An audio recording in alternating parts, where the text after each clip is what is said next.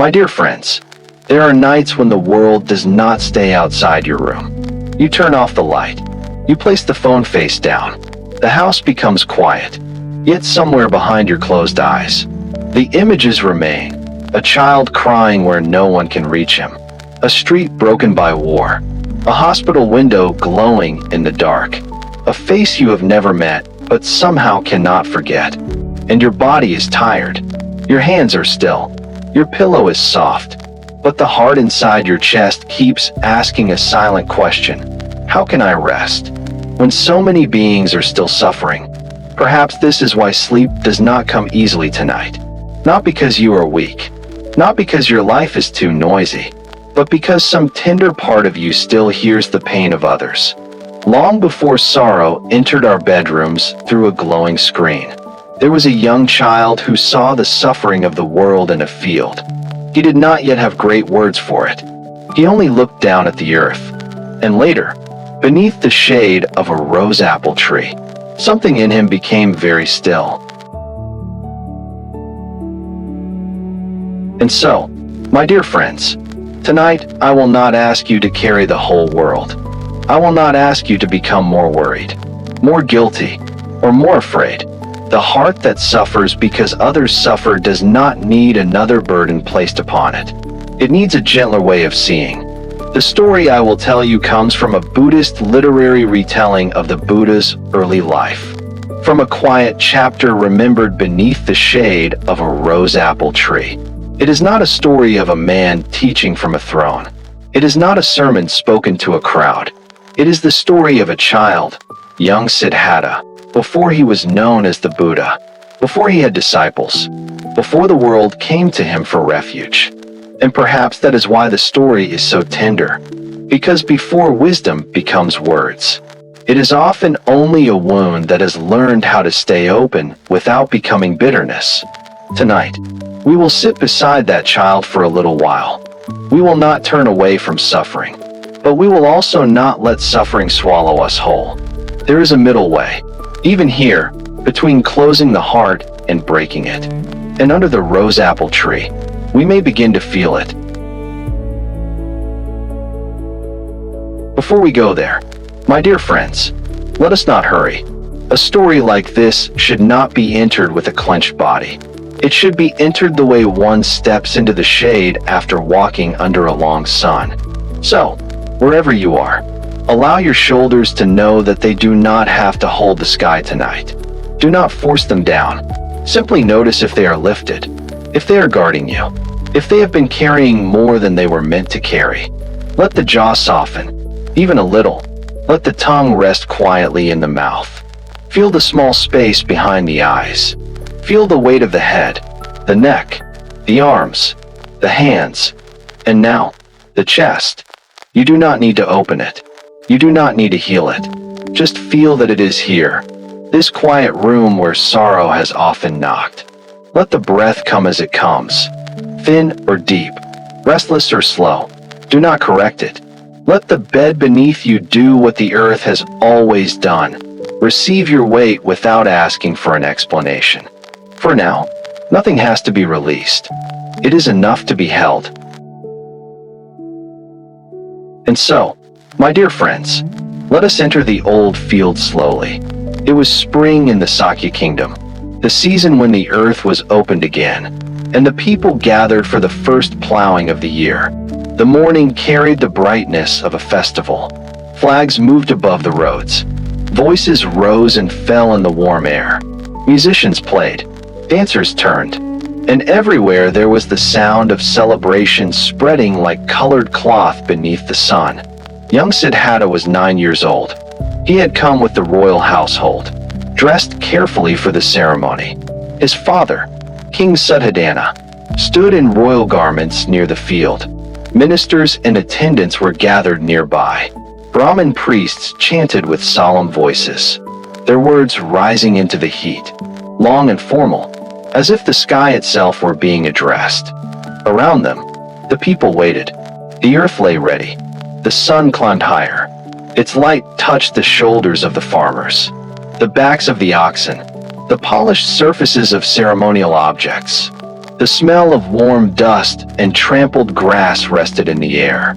Even the music seemed to shimmer in the heat. For a child, it must have looked at first like the whole world had become a festival. Banners, voices, drums, bright clothing, important men, sacred words. But the chanting went on for a long time, and children are not made to stand forever inside adult ceremony. Siddhatta and the other boys began to wander away from the formal gathering, drawn toward the movement, the sounds, the open field. Then the ceremony reached its turning point. King Siddhatta stepped down into the field and took hold of the plow, with attendants beside him. He made the first furrow of the season. The crowd cheered. The farmers followed. Plows entered the soil. The dark earth began to turn over in long, wet lines. And there, my dear friends, beneath all the music and praise, another soundless ceremony began. Not in the sky, not in the chants, but under the feet of a child who had started to look down. My dear friends, in that field, no one appeared foolish. No one appeared evil. That is why the scene was so difficult to bear. King Siddhatta stood within the dignity of his station, a father and a ruler, carrying the hope of a kingdom upon his shoulders. To the people, the first furrow was not a small thing. It was order. It was blessing. It was the promise that the earth would open, the seed would enter, and families would be fed. The Brahmin priests chanted because this was the way the world had taught them to protect the season. The farmers entered the field because the body must eat. Children must be fed, and rice does not grow from wishful thinking. One farmer, strong and darkened by the sun, walked behind his ox. Sweat ran down his body. One hand held the plow, the other held the whip. He was not a monster. He was a man inside the old machinery of hunger, weather, duty, and survival. And the ox pulled. Its back moved under the light. Its breath warmed the air. The plow cut into the soil, and the earth, which had looked so peaceful a moment before, opened like a wound. Young Siddhatta watched. He was only a child, dressed for ceremony, born into softness, protected by walls, music, and royal attention. But his eyes did not remain on the banners. They did not remain on the priests, or the king, or the beauty of the day. They went down. He saw the soil turn over. He saw the small living things brought suddenly into the light. Worms, hidden in the dark earth, were cut by the blade. Birds came down and ate them. Then a larger bird descended and seized a smaller one. Nothing in the field was separate. The farmer depended on the ox. The ox was driven by the farmer. The plow opened the earth. The worms were exposed. The birds came because the worms appeared. The larger bird came because the smaller bird had come. My dear friends, this was not a lesson written on a scroll. It was a lesson written in dust, sweat, wings, and trembling bodies. Perhaps you, too, have known such a moment when the world did not become cruel, but became visible. And for Siddhatta, the festival did not disappear. It simply became impossible to see only the festival. My dear friends, after the child had seen these things, the sunlight no longer felt like festival light. It was simply hot. The field was still alive with movement. People were still gathering, still singing, still preparing food beneath the trees and along the edges of the land. The music had not stopped. The voices had not stopped. The day had not changed for everyone. But for Siddhatta, something had become different. The bright world had opened, and underneath it he had seen another world, small, trembling, wounded, and terribly alive. He stood in the heat for a while, watching. Then, when the sun became too strong and sweat had begun to wet his own young body, he went back toward the rose apple tree. There was shade there, not a great temple, not a high seat, not a place built by human hands, only the wide, quiet shelter of a tree, its leaves holding back the sun, its shadow resting on the earth without choosing who was worthy of comfort. Siddhatta sat beneath it, He folded his legs. He closed his eyes. His back became straight and still. Around him, the festival continued. The sound of flutes and voices drifted through the warm air. People laughed. Feet moved through grass. Somewhere, the ordinary happiness of the day went on, but the child did not follow it. Inside him, the field remained. The ox still pulled. The farmer still walked behind it. The blade still opened the earth. The worm still twisted in the new furrows. The bird still came down. The larger bird still lifted the smaller one into the sky. He did not argue with these images. He did not push them away. He simply sat with them. My dear friends, this is a rare thing. Many people see suffering and immediately run into noise. Some run into anger. Some run into explanations. Some run into forgetfulness. But this child, beneath the rose apple tree, became quiet enough to let what he had seen enter him without turning it into hatred. The shade did not erase the suffering. It gave the heart a place to look. And we, my dear friends, may know this in another form, not in an ancient field, perhaps, not beside oxen, plows, and opened earth, but in the quiet hour before sleep, when the room is dark and the small screen in our hand brings the suffering of the world close enough to touch. A headline, a photograph, a voice shaking in grief, a face we will never meet, yet cannot forget. And because the heart is tender, it does not turn away. It looks, then it looks again, then it reaches for one more story, one more image, one more proof that the world is wounded. At first, this feels like compassion, but slowly, something else enters. The chest tightens, the breath becomes thin, the mind begins to whisper, if I rest, I am selfish. If I stop looking, I have abandoned them. If I cannot help everyone, then perhaps I have failed. This, my dear friends, is where suffering begins to multiply. There is the pain of the world, which is real. And then there is the pain we add by believing we must carry the whole world inside one small human body. Young Siddhatta sat beneath the rose apple tree with what he had seen. But many of us, when we see suffering, do not find the tree. We find more fire. We let the mind run from sorrow into guilt, from guilt into helplessness, from helplessness into exhaustion. And by morning, the world is not less wounded, but we are more tired. So listen gently. Your sorrow for others is not a mistake. Your tenderness is not weakness. The wish to care is a noble seed. But a seed cannot grow if we keep burning the field around it. The heart needs shade. It needs a place where seeing does not become self-punishment, and caring does not become a quiet war against the body. This is why we return, again and again, to the rose apple tree. When the heart cannot find shade, my dear friends, it begins to move in circles. First, the body moves. A hand reaches for the phone again, though the room is already dark. The eyes, tired and dry, open to one more image. The neck grows tight. The jaw holds a small stone of tension. The chest becomes a closed door. Breath comes and goes, but it does not feel like rest. It feels like a bird beating softly against a window. Then speech begins to move. Sometimes the words are spoken aloud. Sometimes they are only written in a message, or whispered inside the mind. The words may sound like sorrow. They may sound like anger. They may sound like, what is wrong with this world? How can people be so cruel?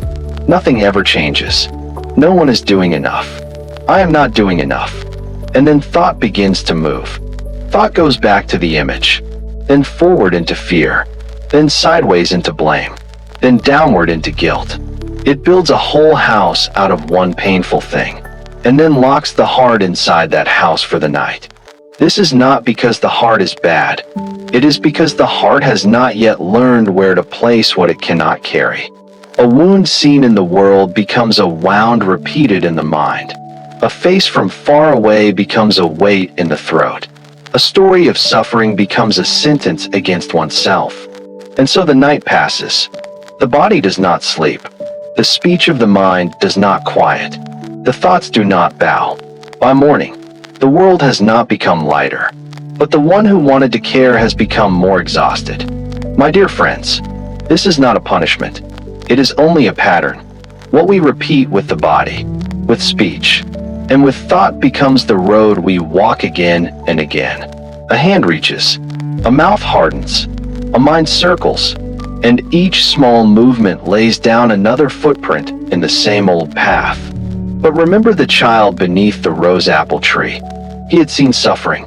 The field had entered him. Yet there, beneath the shade, the seeing did not become a fever. It became stillness. Not indifference, stillness. And sometimes, before any wise action can be born, the circle must first be allowed to stop.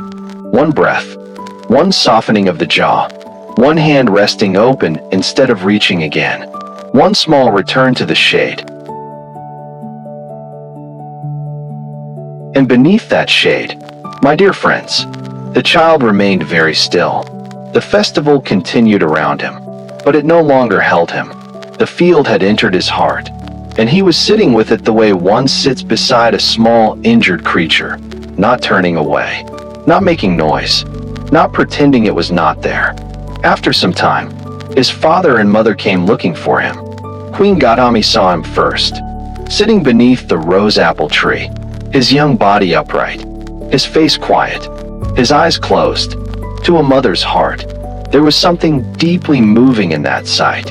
A child who should have been chasing music and laughter was sitting as still as a little mountain in the shade.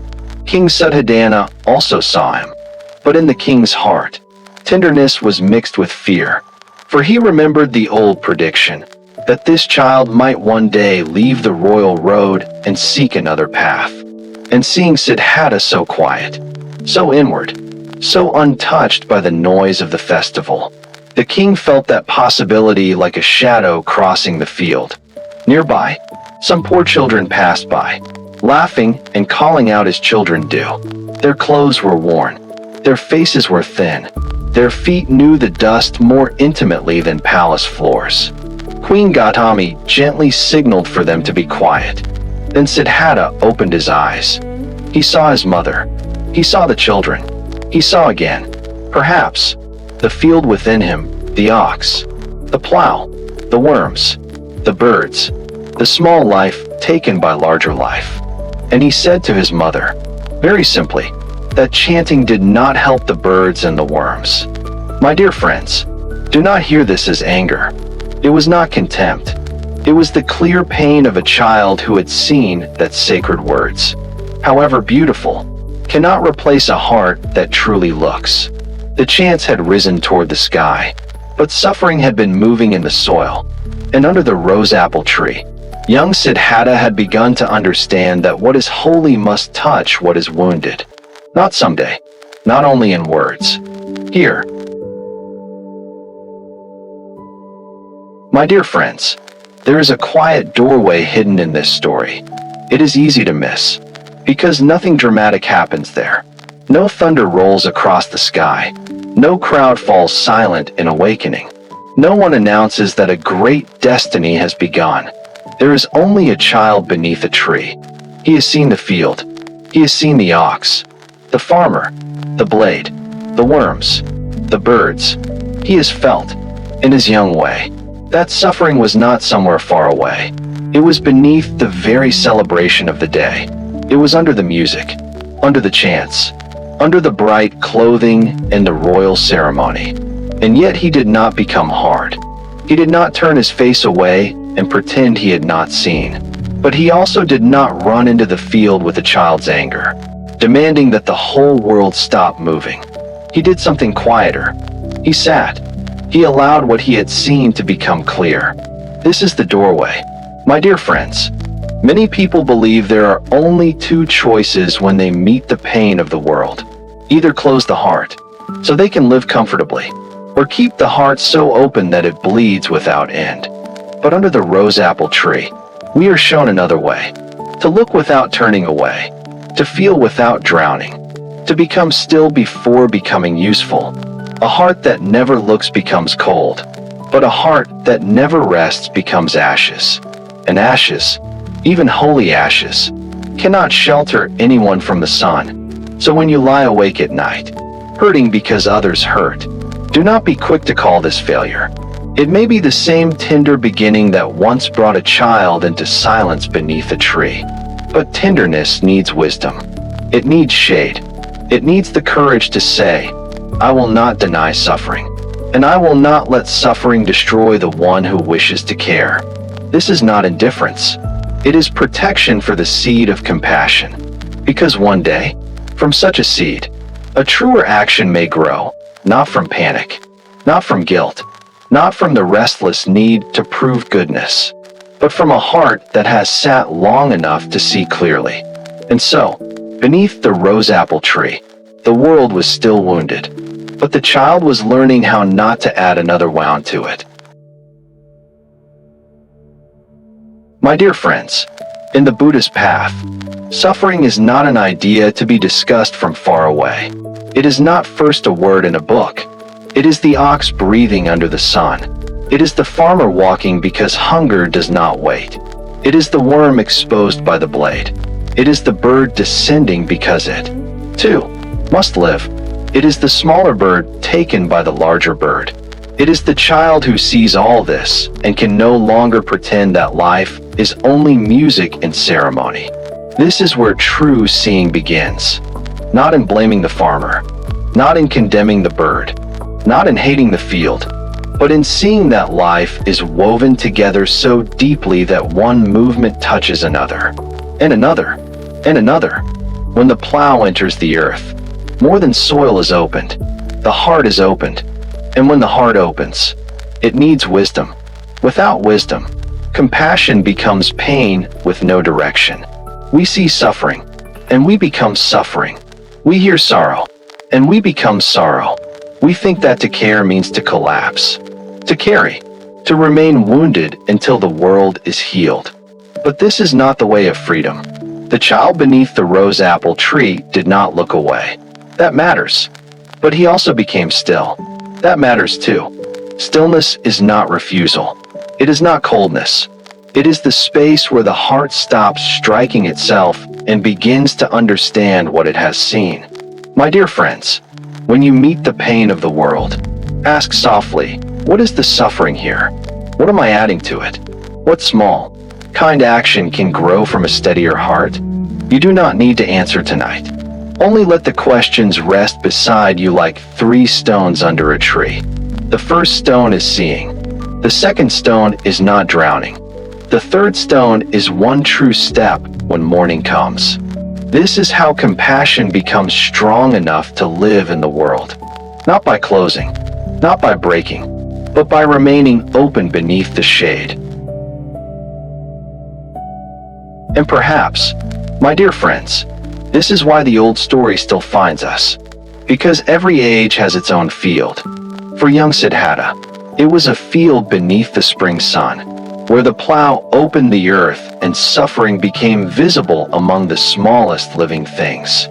For us, the field may be quieter. It may be the dark room where you lie awake with the phone beside you. It may be the blue light fading from the wall. It may be one image you saw before bed, one sentence you read, one human face carrying more pain than your heart knew where to place. No oxen, no plow, no royal ceremony. And yet the same opening happens. The surface of the world breaks, and underneath it, you see how much is hurting. Then the mind wants to run. It wants to read more, know more, fear more, blame more, carry more. It tells you that if you stop, you are turning away.